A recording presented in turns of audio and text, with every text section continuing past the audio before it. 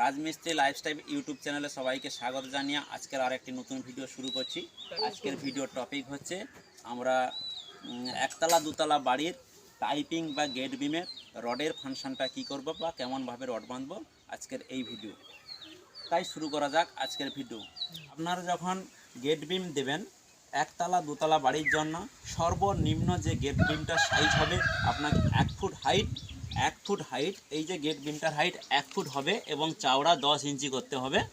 চোখ বুঝিয়ে দোতলা বাড়ি তৈরি করতে পারবেন। এবং এই কংক্রিটটা ঢালতে হবে কিন্তু M20 গ্রেডে এবং এর রড দিতে হবে আপনাকে 4 কোণে 4 করে সর্বনিম্ন রড 12 mm এর রড 4টি দিতে হবে এবং ক্রাং হিসাবে দিতে হবে একটা 16 রড অবশ্যই।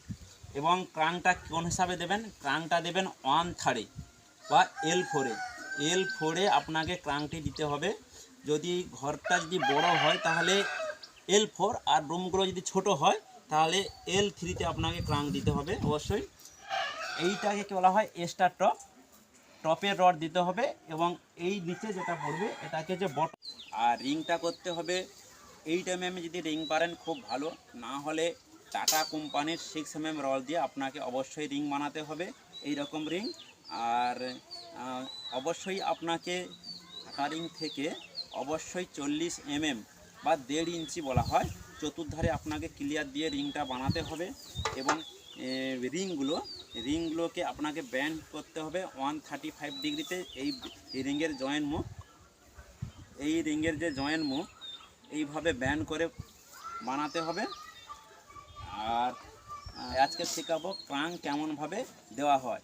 বেশিরভাগ মিস্ত্রিরা ক্রাং দেওয়ার ক্ষেত্রে সমস্যায় পড়ে যায়, তাই এই ভিডিওটা দেখলে আর সমস্যায় পড়বে না। ক্রাং কেমনভাবে ব্যবহার করা হবে দেখুন। এইখানটা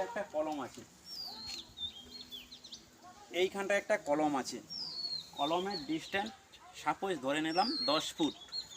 এটাকে L4 দেওয়া হবে। L4 মানে এই 10 ফুটটাকে 4 ভাগ করা হবে, অর্থাৎ 2.5 ফুট করে পড়বে।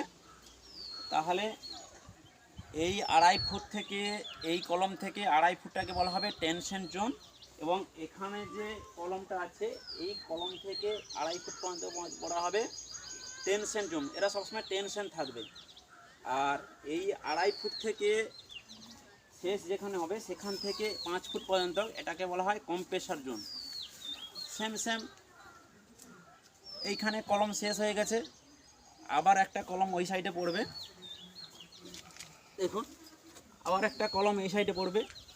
এটাও ডিস্ট্যান্স 10 ফুট যদি থাকে তাহলে 10 ফুটকে 4 ভাগ করতে হবে। 4 ভাগ করলে এই কলমের থেকে 2.5 ফুট এটা হচ্ছে টেনশন জোন। এখান থেকে এই কলমের থেকে এইদিকে 2.5 ফুট হচ্ছে টেনশন জোন এবং মাঝখানে যে 5 ফুট থাকবে ওটাকে কম্প্রেসার জোন বলা হয়।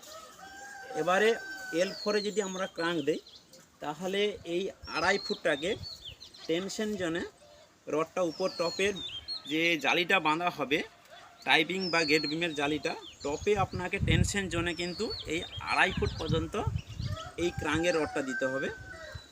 এবং সেম এটা টেনশন জোন এবং টেনশন জোন এটাও আছে। এসি যেহেতু কলম আছে মিডিলে, ওই দিকে 2.5 ফুট টেনশন জোন, এই কলম থেকে এই দিকে 2.5 ফুট টেনশন জোন। তাহলে এই পুরো টেনশন জোনটাকে আপনাকে টপের একটা ক্রাং রড দিতে হবে। এবং কম্প্রেসার জোনে যেখানে শুরু শেষ হয়ে গেছে টেনশন জোনের হচ্ছে টপের রড ক্রাঙের রড, সেম এই সাইডেও টপের রড শেষ হয়ে গেছে, সেদিকে 1 ফুট করে বাড়তি নিয়ে কম্প্রেসার জোন 1 ফুট বাড়তি নিয়ে কম্প্রেসার জোনের একটা ক্রাঙের রড দিতে হবে। এইভাবে আপনাকে L4 বা L3 ক্রাঙের রড যোগ করতে হবে। তাহলে এইভাবে যদি আমরা রড দেই গেট বিমে বা টাই বিমে তাহলে আপনার ঘরের লংজিভিটি বা মজবুতি বহুগুণে বৃদ্ধি পাবে এবং টেকসই হবে এবং খুব ভালো হবে।